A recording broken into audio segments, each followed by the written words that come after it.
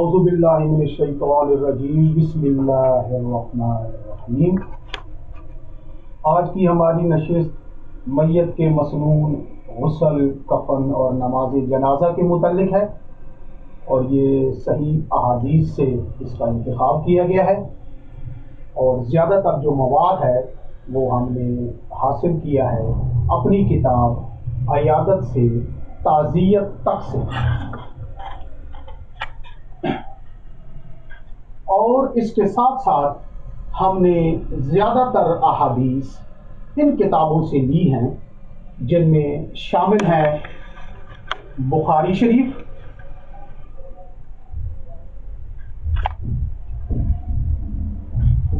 مسلم شریف،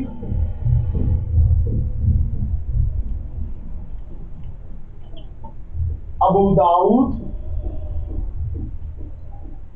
اور اس کے ساتھ ساتھ ہم نے مفید معلومات حاصل کی ہیں اس نشست کے لیے ریاض الصالحین سے،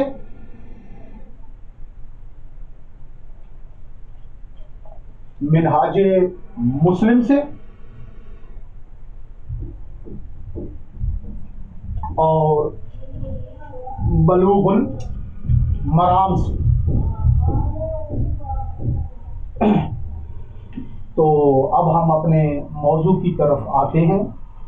میت کا مسنون غسل، کفن اور نماز جنازہ صحیح احادیث کی روشنی میں۔ امجد محمود صاحب اب اس موضوع کو شروع کریں گے۔ جی امجد محمود صاحب۔ بسم اللہ الرحمن الرحیم۔ میت کا مسنون غسل و کفن اور نماز جنازہ صحیح احادیث کی روشنی میں، جس کا مواد زیادہ تر کتاب عیادت سے تعزیت تک سے لیا گیا ہے، یہ وہ کتاب ہے جہاں سے مواد لیا گیا۔ اب اس کے بعد آگے چلتے ہیں۔ غسل میت کے متعلق چند باتیں۔ زندہ افراد پر مسلمان میت کو غسل دینا واجب ہے۔ یہ بخاری شریف کی روایت ہے، حدیث نمبر 1253 اور 1849، اور مسلم شریف میں بھی ہے 939 اور 1206۔ میت کے غسل، کفن اور دفن کا جلدی اہتمام کرنا چاہیے۔ بخاری حدیث نمبر 1315 اور مسلم 944۔ اگلی بات یہ ہے، میت کے غسل کے لیے پردے کا اہتمام کرنا چاہیے۔ یہ مسلم شریف کی روایت ہے، نمبر 338، اور ابو داؤد حدیث نمبر 4018۔ غسل سے پہلے میت کے پیٹ پر اچھی طرح ہاتھ پھیرنا چاہیے تاکہ نجاست وغیرہ خارج ہو جائے۔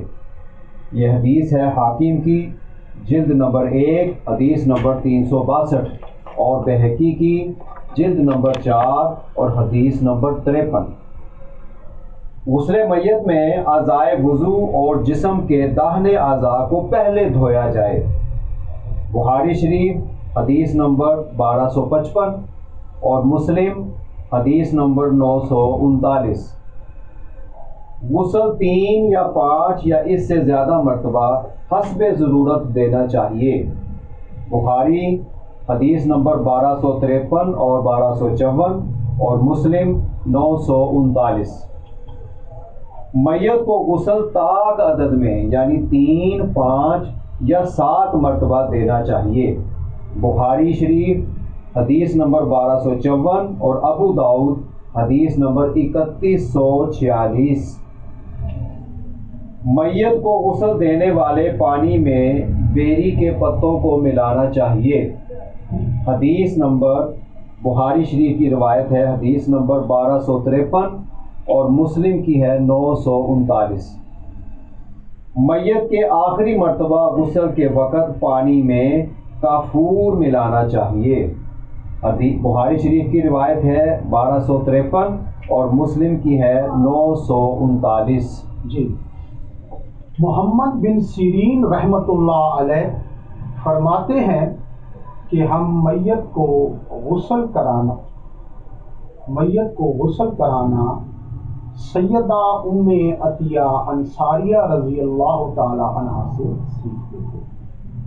وہ 2 مرتبہ بیری کے پتوں کے ساتھ اور تیسری مرتبہ پانی میں کافور ملا کر میت کو غسل دیتی تھی۔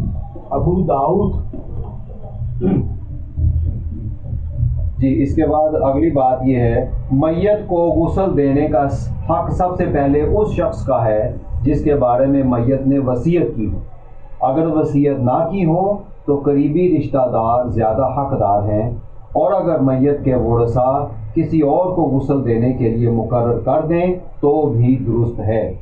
یہ حدیث ہے حاکم کی، نمبر ہے 1339، اور بخاری کا نمبر ہے 1253، اور مسلم میں ہے یہ 939 نمبر۔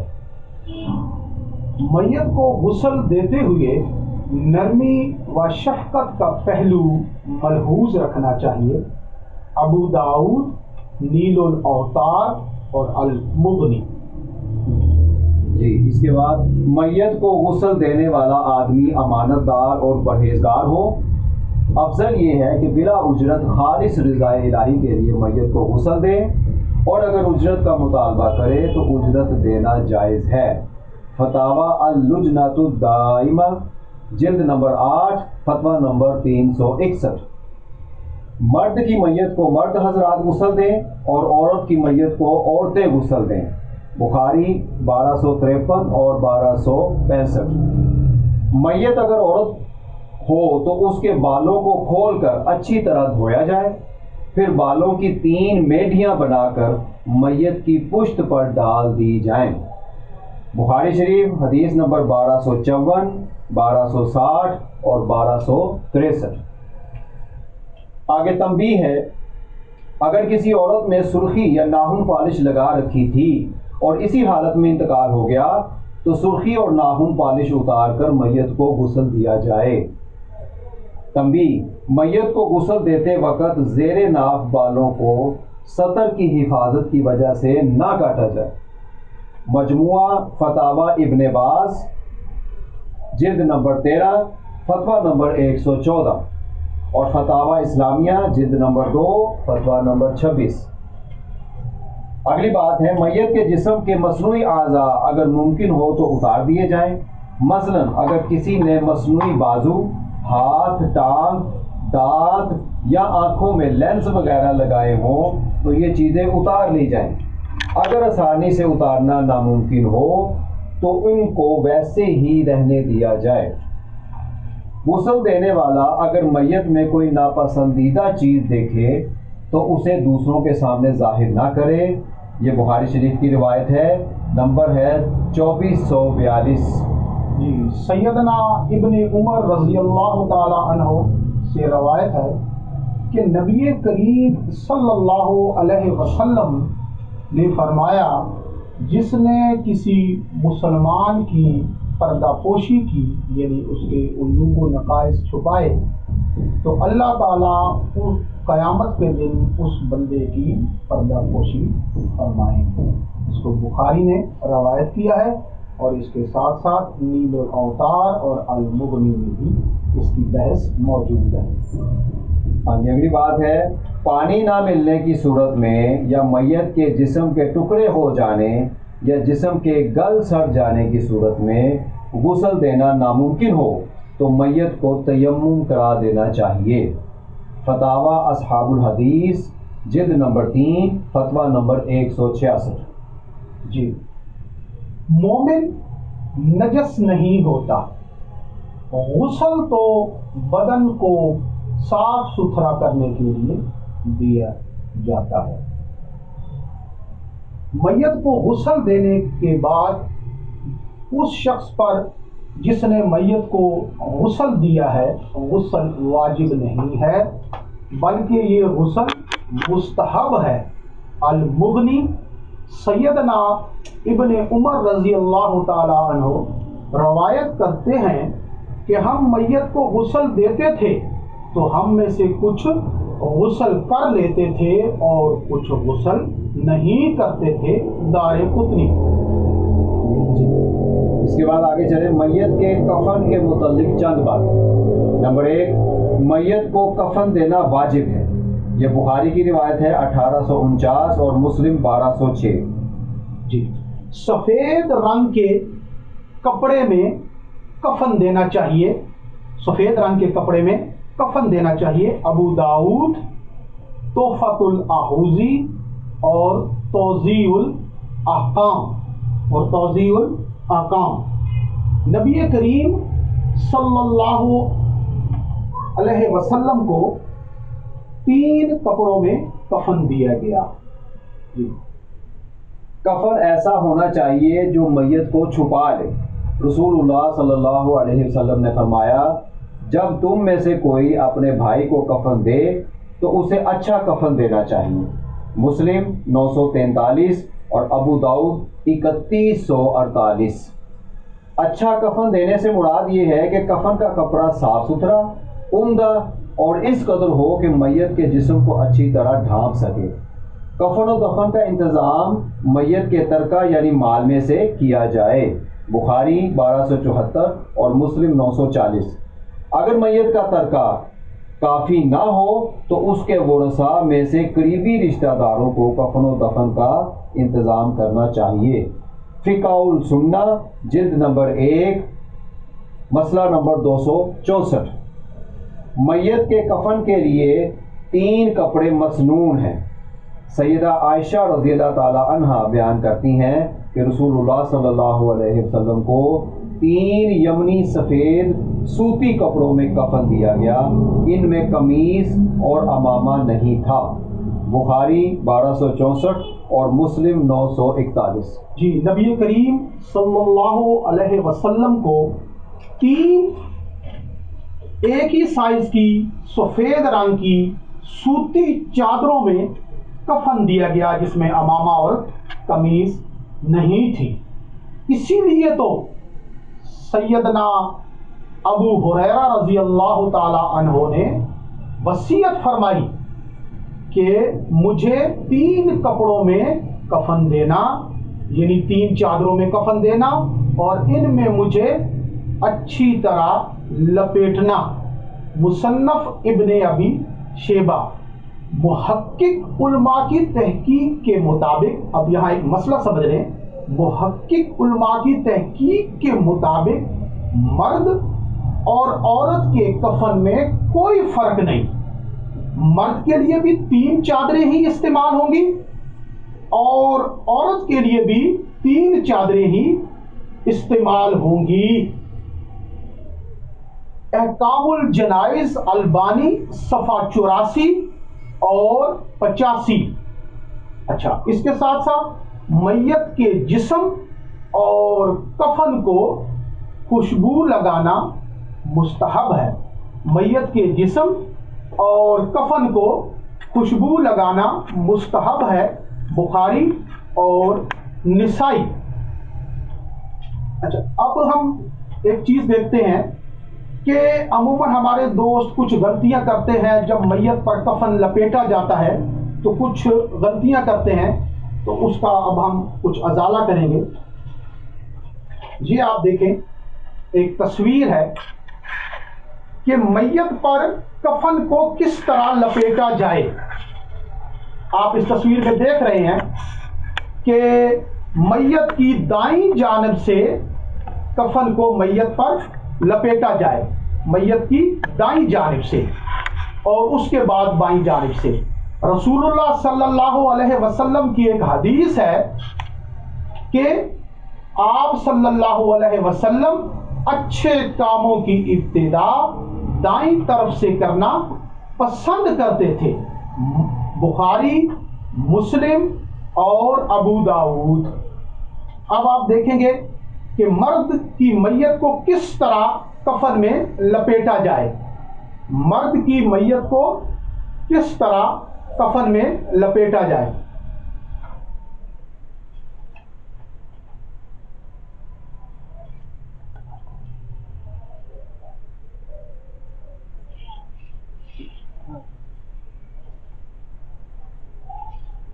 اب آپ دیکھیں گے عورت کی میت کو کس طرح کفن میں لپیٹا جائے، عورت کی میت کو کس طرح کفن میں لپیٹا جائے۔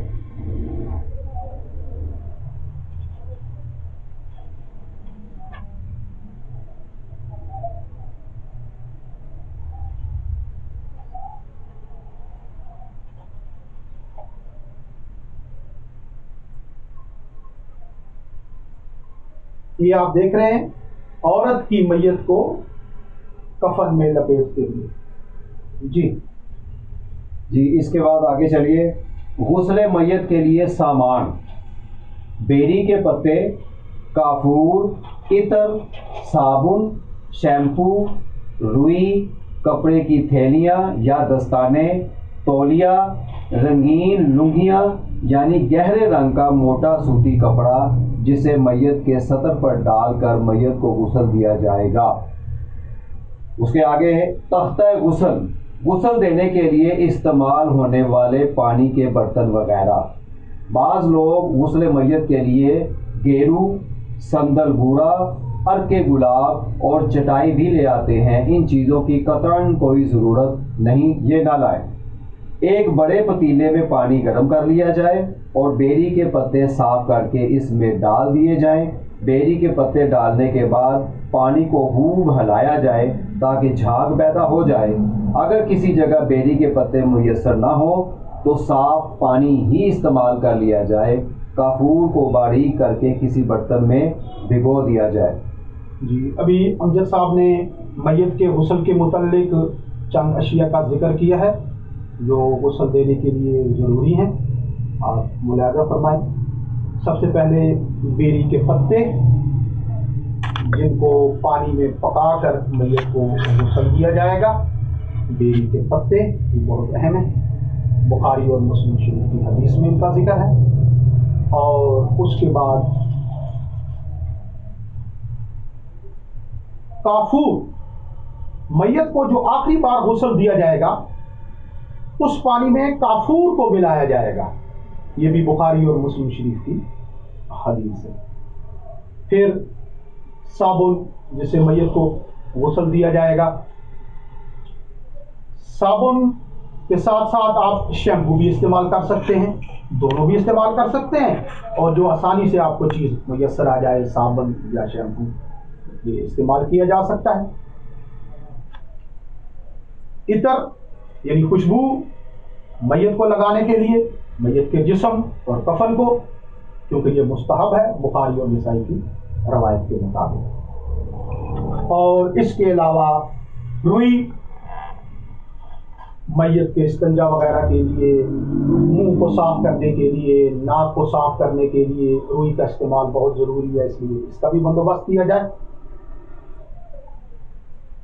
کینچی، کپڑے وغیرہ کاٹنے کے لیے یا کسی جگہ ضرورت ہو تو کینچی بھی ہمارے پاس موجود ہونی چاہیے میت کے غسل کے وقت۔ اور کپڑے کی تھیلی، جس کو ہم بائیں ہاتھ پر لپیٹ کر میت کو استنجا کروائیں گے، بائیں ہاتھ پر اس تھیلی کو لپیٹ لیں گے اور میت کو استنجا کروائیں گے، یہ بھی ضروری ہے۔ اگر یہ میسر نہ ہو تو ربڑ کے بڑے دستانے بھی استعمال کیے جا سکتے ہیں، ربڑ کے جو موٹے دستانے ہوتے ہیں وہ بھی استعمال کیے جا سکتے ہیں۔ تولیہ، جب میت کو غسل دے دیا جائے گا تو اس کے بدن کو پونچھنے کے لیے تولیہ، یہ بھی ضروری ہے۔ پانی کے لیے صاف پاک برتن وغیرہ تاکہ میت کو آسانی سے غسل دیا جا سکے۔ اور میت کے سطر کے لیے رنگین لنگی، یہ مسئلہ آپ نے ضروری سمجھنا ہے کہ عموماً ہمارے دوست کیا کرتے ہیں کہ کفن کے ساتھ بنایا ہوا ایک کپڑا رکھ دیتے ہیں چھوٹا سا، اور کہتے ہیں کہ اس سے میت کے سطر کو ڈھانکا جائے۔ اب آپ دیکھ رہے ہیں یہ سفید رنگ کا کپڑا ہے، سائز میں بہت چھوٹا ہے، جب اس پر پانی پڑے گا تو یہ بہت جلدی گیلا ہو جائے گا اور میت کا سطر ہمیں نظر آنا شروع ہو جائے گا، تو یہ کپڑا درست نہیں۔ اس کو استعمال نہ کیا جائے، اس سے میت کا سطر نظر آتا رہتا ہے، یہ مناسب نہیں۔ اس کے بجائے رنگین لنگیاں یعنی موٹے کھیس لے لیں جو رنگدار ہوں، سوتی ہوں، موٹے ہوں، کہ اگر ان پر پانی پڑے تو یہ کافی دیر بعد گیلے ہوں اور میت کا سطر ہمیں نظر نہ آئے، اس لیے اس کا خاص اہتمام کرنا چاہیے۔ اچھا، اس کے ساتھ ساتھ ابھی عبارت میں 4 چیزوں کا ذکر ہوگا۔ ایک گیرو کا، یہ آپ دیکھ رہے ہیں گیرو ایک مٹی ہے، اس سے عموماً کفن پر کلمہ لکھتے ہیں، اور اس کے ساتھ ساتھ سلیبوں وغیرہ پر بھی کلمہ لکھتے ہیں۔ یہ حدیث سے ثابت نہیں ہے اور سنت سے ثابت نہیں ہے، لہذا اس کو نہ استعمال کیا جائے۔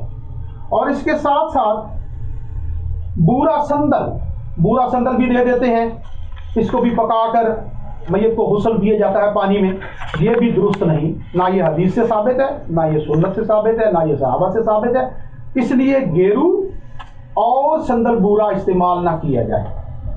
اور اس کے ساتھ ساتھ عرق گلاب بھی دے دیتے ہیں کہ اس کو بعد میں قبر میں بھی ڈالتے ہیں، اور اس کے ساتھ ساتھ پانی میں بھی اس کو ڈال دیتے ہیں تاکہ پانی خوشبودار ہو جائے، یہ بھی سنت سے اور حدیث سے ثابت نہیں ہے، لہذا یہ بھی استعمال نہ کیا جائے، یعنی گیرو، سندل بورا اور عرق گلاب۔ اور اس کے ساتھ ساتھ بعض دفعہ چٹائی بھی دے دیتے ہیں، چٹائی بھی ایک دے دیتے ہیں تاکہ وہ بھی استعمال کی جائے، لیکن وہ بھی سنت سے ثابت نہیں، لہذا یہ چیزیں بھی استعمال نہ کی جائے۔ چٹائی، سندل بورا، گیرو اور عرق گلاب، یہ 4 چیزیں استعمال نہ کی جائیں۔ اس کے علاوہ جو چیزیں میں نے آپ کو دکھا دی ہیں، جن میں عطر ہے، کینچی ہے، صابن ہے، شیمپو ہے، روئی ہے، کپڑے کی تھیلی جس کو بائیں ہاتھ پر چڑھا کر میت کو غسل کرایا جائے گا، اور اس کے ساتھ ساتھ سطر کے لیے رنگدار کپڑا یہ شامل ہے۔ جی، اس کے بعد اگلی بات یہ ہے غسل میت کا طریقہ۔ گھر میں ایسی جگہ جو باپردہ ہو اور جہاں سے پانی بھی آسانی سے نکل جائے وہاں میت کو غسل دیا جائے۔ پانی کا بندوبست اس طرح کریں کہ غسل دینے میں کوئی دشواری پیش نہ آئے۔ غسل دینے وقت کے لیے 2 یا 3 آدمی اس جگہ ٹھہریں، باقی باہر چلے جائیں۔ یہ سطر اور پردے کا معاملہ ہے، اس لیے ہر کسی کو وہاں ٹھہرنے کی اجازت نہیں ہونی چاہیے۔ جس تختہ پر میت کو نہلایا جانا ہے اس کے سر کی جانب 2 اینٹیں رکھ دیں تاکہ سر کی جانب اونچی رہے اور پانی آرام سے بہتا رہے۔ غسل کا تختہ رکھنے کے بعد اسے سادہ پانی سے دھو لیں، پھر ایک رنگین لنگی اس کے کنارے لپیٹ کر تختہ پر اس طرح درمیان میں بچھا دیں کہ میت کے سطر کی پوری جگہ یعنی ناف سے لے کر گھٹنے تک اس میں آ جائے۔ پھر میت کی قمیص اور بنیان اتار کر میت تختے پر لا کر رکھ دیں اور لنگی اس پر لپیٹ کر سطر قائم رکھتے ہوئے اس کی شلوار وغیرہ اتار لیں۔ اس کے بعد آئیے جی نماز جنازہ کے متعلق چند باتیں۔ نمبر 1، میت پر نماز جنازہ پڑھنا واجب ہے۔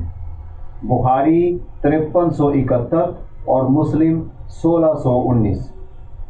جس شخص نے جنازے میں شرکت کی پھر نماز جنازہ پڑھی تو اسے 1 قرات یعنی احد پہاڑ کے برابر ثواب ملتا ہے، اور جو دفن تک ساتھ رہا تو اسے 2 قرات کا ثواب ملتا ہے۔ بخاری حدیث نمبر 1325 اور مسلم 945۔ جی، نماز جنازہ میں نمازیوں کی تعداد جتنی زیادہ ہوگی اتنا ہی میت کو فائدہ ہوگا۔ مسلم۔ جنازگاہ میں نماز جنازہ پڑھی جائے۔ بخاری 1245 اور مسلم 951۔ مسجد میں بھی نماز جنازہ پڑھی جا سکتی ہے۔ مسلم حدیث نمبر 973۔ نماز جنازہ کے لیے صفوں کا طاق ہونا ضروری نہیں، یہ بہت اہم مسئلہ ہے۔ بخاری حدیث نمبر 1320 اور مسلم حدیث نمبر 952۔ نماز جنازہ پڑھانے کے لیے امام مرد کی میت کے سطر کے سامنے نماز جنازہ پڑھانے کے لیے امام مرد کی میت کے سر کے سامنے اور عورت کی میت کے درمیان میں کھڑا ہو۔ ابو داؤد 3194، ترمذی 1034 اور بخاری 1331۔ نماز جنازہ سری یعنی آہستہ آواز کے ساتھ اور جہری یعنی اونچی آواز کے ساتھ دونوں طرح پڑھنا ثابت ہے۔ نسائی 1989 اور 1991 اور مسلم 963۔ جی، اکثر لوگوں کو نماز جنازہ کی دعائیں یاد نہیں ہوتی، اس لیے نماز جنازہ جہری یعنی اونچی آواز کے ساتھ پڑھنا زیادہ بہتر ہے، تاکہ مقتدی کم از کم دعاؤں پر آمین تو کہہ لیں۔ اس کے بعد جی، نماز جنازہ میں آخری تکبیر کے بعد دونوں جانب یعنی دائیں بائیں سلام پھیرا جائے اور صرف ایک جانب یعنی دائیں بھی کافی ہے۔ بہقی حدیث نمبر 7239 اور حاکم حدیث نمبر 1332۔ تدفین کے بعد قبر پر نماز جنازہ پڑھی جا سکتی ہے۔ بخاری حدیث نمبر 1337 اور مسلم 956۔ غائبانہ نماز جنازہ پڑھنا جائز ہے۔ بخاری حدیث نمبر 1320 اور مسلم 953۔ جی، 3 اوقات میں نماز جنازہ پڑھنا اور میت کو دفن کرنا ممنوع ہے۔ طلوع آفتاب کے وقت، غروب آفتاب کے وقت اور زوال کے وقت مسلم۔ جی، نماز جنازہ کی پہلی تکبیر کے بعد سورہ فاتحہ اور ساتھ کوئی سورت پڑھنی چاہیے۔ نماز جنازہ بھی ایک نماز ہی ہے، اس لیے دیگر نمازوں کی طرح اس میں بھی سورہ فاتحہ کی قرأت ضروری ہے۔ بخاری حدیث نمبر 756 اور مسلم حدیث نمبر 394۔ جی، امام اور مقتدی دونوں سورت فاتحہ پڑھیں گے، یعنی دونوں کے لیے سورت فاتحہ پڑھنا لازمی ہے۔ امام بھی پڑھے گا اور پیچھے آہستہ آواز میں مقتدی بھی سورت فاتحہ پڑھیں گے، کیونکہ اس کے بغیر نماز نہیں ہوتی۔ سنن نسائی میں یہ الفاظ ہیں: سیدنا ابن عباس نے جنازے میں فاتحہ اور کوئی سورت پڑھی اور اونچی آواز سے قرأت کی، پھر جب فارغ ہوئے تو کہا یہ سنت اور حق ہے۔ نسائی حدیث نمبر 1978۔ نماز جنازہ میں 4 تکبیریں کہی جائیں۔ بخاری حدیث نمبر 1333 اور مسلم 951۔ جی، سیدنا عبداللہ بن عمر رضی اللہ تعالی عنہ سے مروی ہے اور ان کے متعلق آتا ہے کہ وہ نماز جنازہ کی ہر تکبیر کے ساتھ رفع الیدین یعنی اپنے ہاتھوں کو اٹھاتے تھے، جز رفع الیدین امام بخاری، بہقی اور مصنف ابن ابی شیبہ میں یہ بات موجود ہے کہ سیدنا عبداللہ بن عمر رضی اللہ تعالی عنہ نماز جنازہ کی ہر تکبیر کے ساتھ رفع الیدین کیا کرتے تھے، یعنی اپنے ہاتھوں کو اٹھاتے تھے، اور اس پر فتویٰ دیا ہے شیخ ابن باز رحمۃ اللہ علیہ نے کہ یہ سنت ہے اور ہمیں بھی نماز جنازہ کی ہر تکبیر کے ساتھ رفع الیدین یعنی اپنے ہاتھوں کو اٹھانا چاہیے۔ نماز جنازہ میں دوسری تکبیر کے بعد نبی کریم صلی اللہ علیہ وسلم پر درود ابراہیمی پڑھا جائے۔ مصنف ابن ابی شیبہ حدیث نمبر 11379 اور مصنف عبدالرزاق 6428۔ جی، نماز جنازہ کی تیسری تکبیر کے بعد میت کے لیے انتہائی خلوص، عقیدت، محبت اور دل کی گہرائیوں سے میت کے لیے دعائیں پڑھی جائیں تاکہ میت کو اس سے کوئی فائدہ ہو۔ ابو داؤد اور المغنی۔ نماز جنازہ کے بعد دعا کرنا نبی اکرم صلی اللہ علیہ وسلم سے ثابت نہیں، نہ تو یہ آپ صلی اللہ علیہ وسلم کی سنت تھی اور نہ ہی آپ کے صحابہ کرام کی فتاوی اسلامیہ جلد نمبر 2 فتویٰ نمبر 30۔ رسول اللہ صلی اللہ علیہ وسلم نے فرمایا جس نے ہمارے معاملے یعنی دین میں کوئی نئی چیز داخل کی تو وہ نئی چیز یعنی بدعت جو ہے وہ مردود ہے۔ اس کو بخاری نے روایت کیا ہے، یعنی نماز جنازہ کے بعد دعا نہیں ہے، نماز جنازہ ہی دعا ہے جس میں ہم نے دعا میت کے لیے مانگ لی۔ اب دوبارہ سے نماز جنازہ کے فوراً بعد دعا کی ضرورت نہیں، اور جو لوگ یہ کام کرتے ہیں وہ بدعت ہے۔ اور پھر کیا کرنا ہے کہ یہاں دعا نہیں ہے، نماز جنازہ میں ہم مختلف دعائیں مانگ چکے، اب میت کو جب دفن کر دیا جائے گا قبر میں تو قبر کے اوپر کھڑے ہو کر میت کے لیے دعا و استغفار کیا جائے گا۔ ابو داؤد۔ اور اس کے ساتھ ساتھ ایک اور چیز بھی سمجھ لیں کہ میت کو جب قبر میں رکھا جائے گا تو قبر کے پاؤں کی طرف سے، یعنی قبر کی جو پائنتی ہے اس کی طرف سے میت کو قبر میں داخل کیا جائے گا۔ یہ صحیح جو ہے طریقہ یہی ہے۔ ابو داؤد، نیل الاوتار اور المغنی میں یہ بات تحریر ہے کہ میت کو قبر کے پاؤں کی طرف سے قبر میں داخل کیا جائے۔ جی اب اس کے بعد نماز جنازہ کی دعائیں ہیں، وہ سن لیجئے۔ سیدنا ابو ہریرہ رضی اللہ تعالیٰ عنہ سے روایت ہے کہ رسول اللہ صلی اللہ علیہ وسلم جب کسی کی نماز جنازہ پڑھاتے تو یوں دعا کرتے: اللہم اغفر لحینا و میتنا و شاہدنا و غائبنا و صغیرنا و کبیرنا و ذکرنا و انثانا اللہم من احییتہ منا فاحیہ علی الاسلام ومن توفیتہ منا فتوفہ علی الایمان۔ اس کا ترجمہ سن لیجئے۔ اے اللہ ہمارے زندہ اور مردہ کو، حاضر اور غائب کو، چھوٹے اور بڑے کو، اور ہمارے مردوں اور عورتوں کو بخش دے۔ اے اللہ ہم میں سے جسے تو زندہ رکھے اسے اسلام پر زندہ رکھ، اور ہم میں سے جسے تو فوت کرے اسے ایمان پر موت دے۔ یہ مسند احمد کی روایت ہے، جلد نمبر 4 حدیث نمبر 170، اور بہقی میں ہے جلد نمبر 4 حدیث نمبر 41۔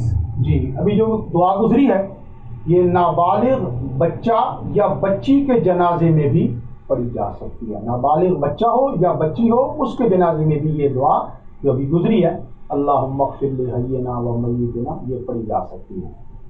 جی ایک اور دعا ہے، سیدنا یزید بن عبداللہ بن رکانہ بن المطلب رضی اللہ تعالیٰ عنہ سے روایت ہے کہ رسول اللہ صلی اللہ علیہ وسلم جب نماز جنازہ پڑھانے کے لیے کھڑے ہوتے تو یہ دعا پڑھا کرتے ہیں: اللہم عبدک وابن امتک احتاج الی رحمتک وانت غنی عن عذابہ ان کان محسنا فزد فی احسانی وان کان مسیئا فتجاوز عنہ۔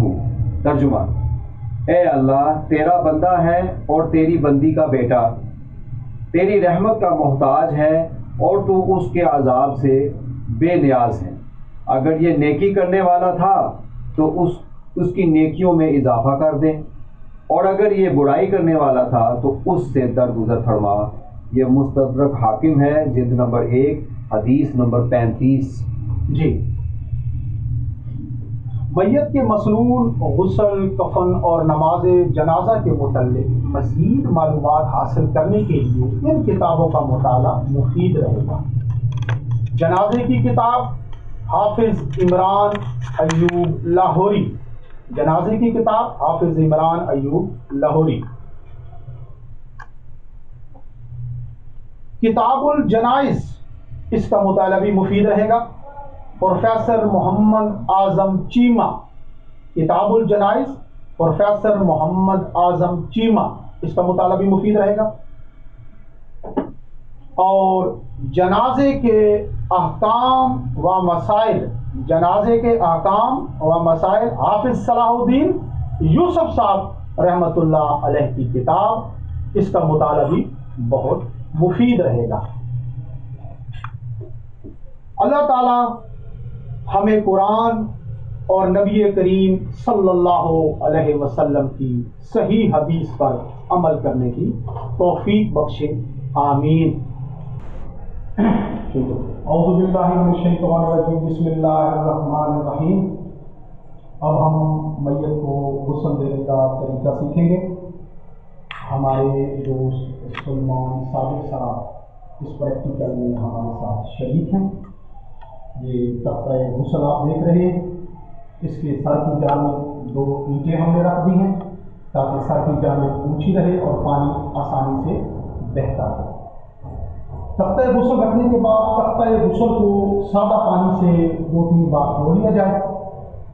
اب ہم نے سطر قائم کر دیا اور اس کے لیے ہم نے لنگی استعمال کی۔ لنگی سے مراد ہے سوتی، پھولدار، رنگ دار، موٹا کپڑا۔ عموماً کچھ لوگ یہ کپڑا سطر قائم کرنے کے لیے استعمال کرتے ہیں سفید رنگ کا، یہ درست نہیں ہے، اس سے سطر نظر آتا رہتا ہے اور پانی پڑنے پر یہ بھیگ جاتا ہے، لہذا یہ مناسب نہیں ہے اور اس کے لیے یہ موٹا کپڑا، سوتی کپڑا، رنگ دار، یہ مفید۔ یہ ہم نے اوپر ڈال دیا ہے۔ مرد کا جو سطر ہے یہ ناف سے لے کر گھٹنے تک، اگر نیچے ہو جائے تو ٹھیک ہے، کوئی حرج نہیں، اگر تھوڑا سا اوپر بھی ہو جائے تو کوئی حرج نہیں۔ جو مرد کا سطر ہے وہ ناف سے لے کر گھٹنے کا۔ اور عورتوں کے متعلق 2 باتیں مشہور ہیں، ایک تحقیق کے مطابق مرد کی طرح ہی یعنی ناف سے لے کر گھٹنے تک عورت کو عورتوں سے، اور دوسری تحقیق کے مطابق عورت کا جو سطر ہے وہ سینے سے لے کر گھٹنے تک۔ اب ہم نے سب سے پہلے کیا کرنا ہے کہ میت کی سلوار وغیرہ اتار لینی ہے، قمیض وغیرہ اتار لینی ہے اور سب سے پہلے اس کو استنجا کروانا ہے۔ استنجے کا طریقہ یہ ہے کہ بائیں ہاتھ پر ہم نے یہ کپڑے کی تھیلی پہن لی ہے، اگر یہ میسر نہ ہو تو ربڑ کا دستانہ بھی آپ پہن سکتے ہیں۔ تو ہم نے پانی کا بہت اچھا انتظام کرنا ہے میت کے غسل کے لیے، ایک تو پردے کا انتظام ہو اور دوسرا پانی کا بہت اچھا استعمال ہو۔ عموماً عام پانی جو سادہ پانی ہے وہ میت کے غسل کے لیے استعمال کیا جائے گا، اور اگر میل کچیل میت پر زیادہ ہے تو گرم پانی بھی استعمال کیا جا سکتا ہے۔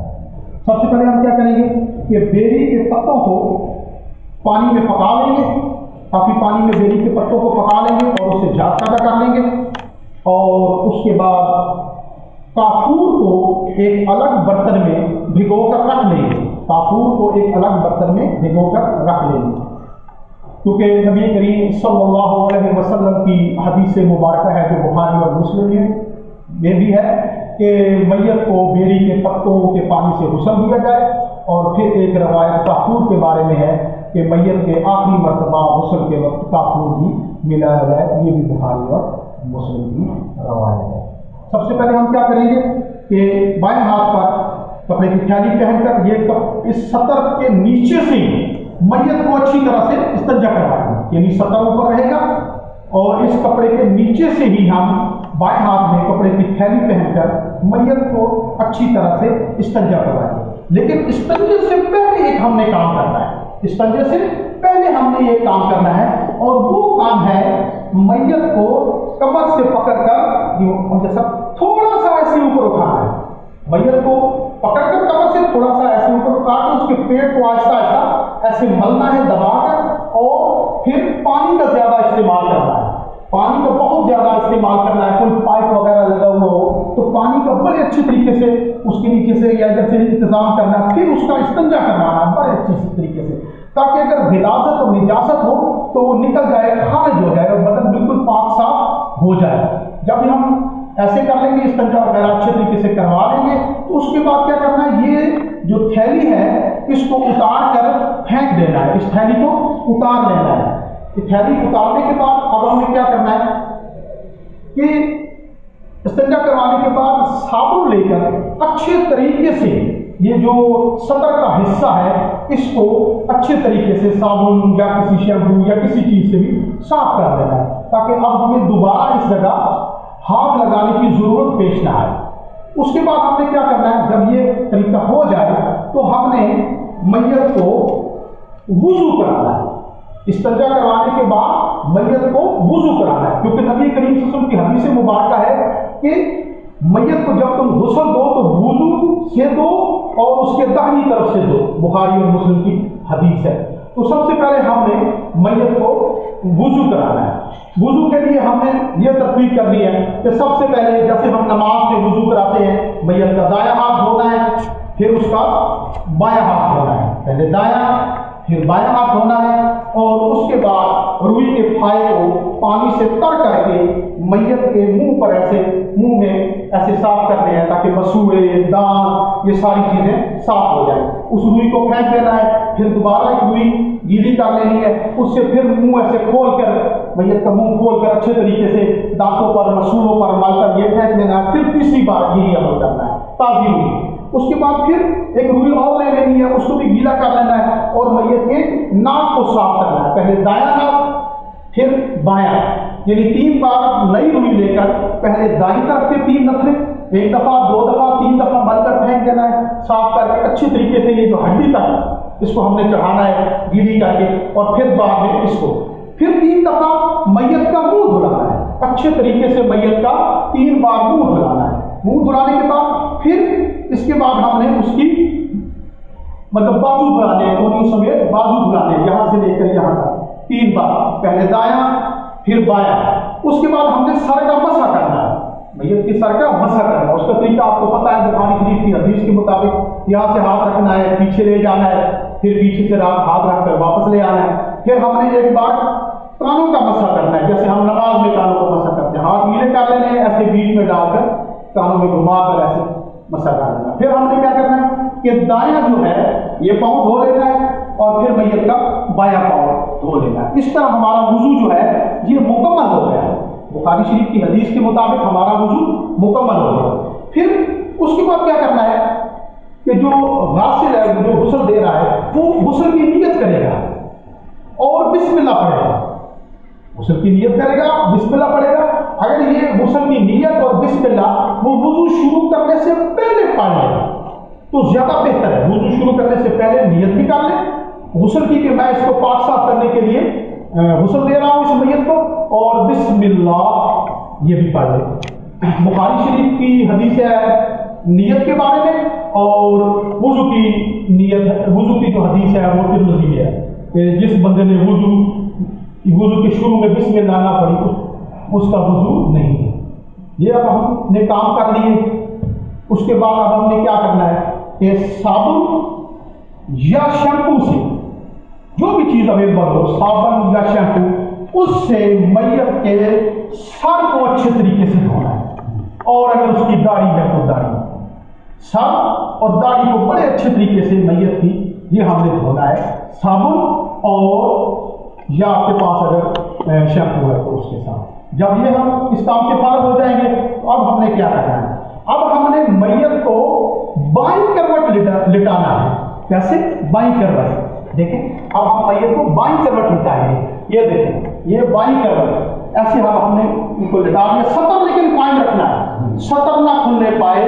اگر مثال ہے پیچھے سے سطر کھلتا ہے تو کپڑا ہم نے تھوڑا سا نیچے کر لینا ہے۔ اب ہم نے کیا کرنا ہے کہ میت کے دائیں طرف والے جو اعضاء ہیں، دائیں طرف والے بائیں طرف ہم نے اس کو لٹا دیا، اور اب جو دائیں طرف والے اعضاء ہیں ان کو اچھی طریقے سے بیری کے پتوں والے پانی سے، جو ہم نے پکایا تھا بیری کے پتوں والا پانی، وہ ڈال کر اور صابن اور شیمپو سے بڑے اچھے طریقے سے یہ بازو، یہ ٹانگ، یہ پاؤں، یہ بائیں طرف کے کندھے، یہ ہر چیز کو اس کو دھو دینا ہے، کمر وغیرہ بائیں طرف والی اس کو ایسے پیچھے تک ڈال دینا ہے۔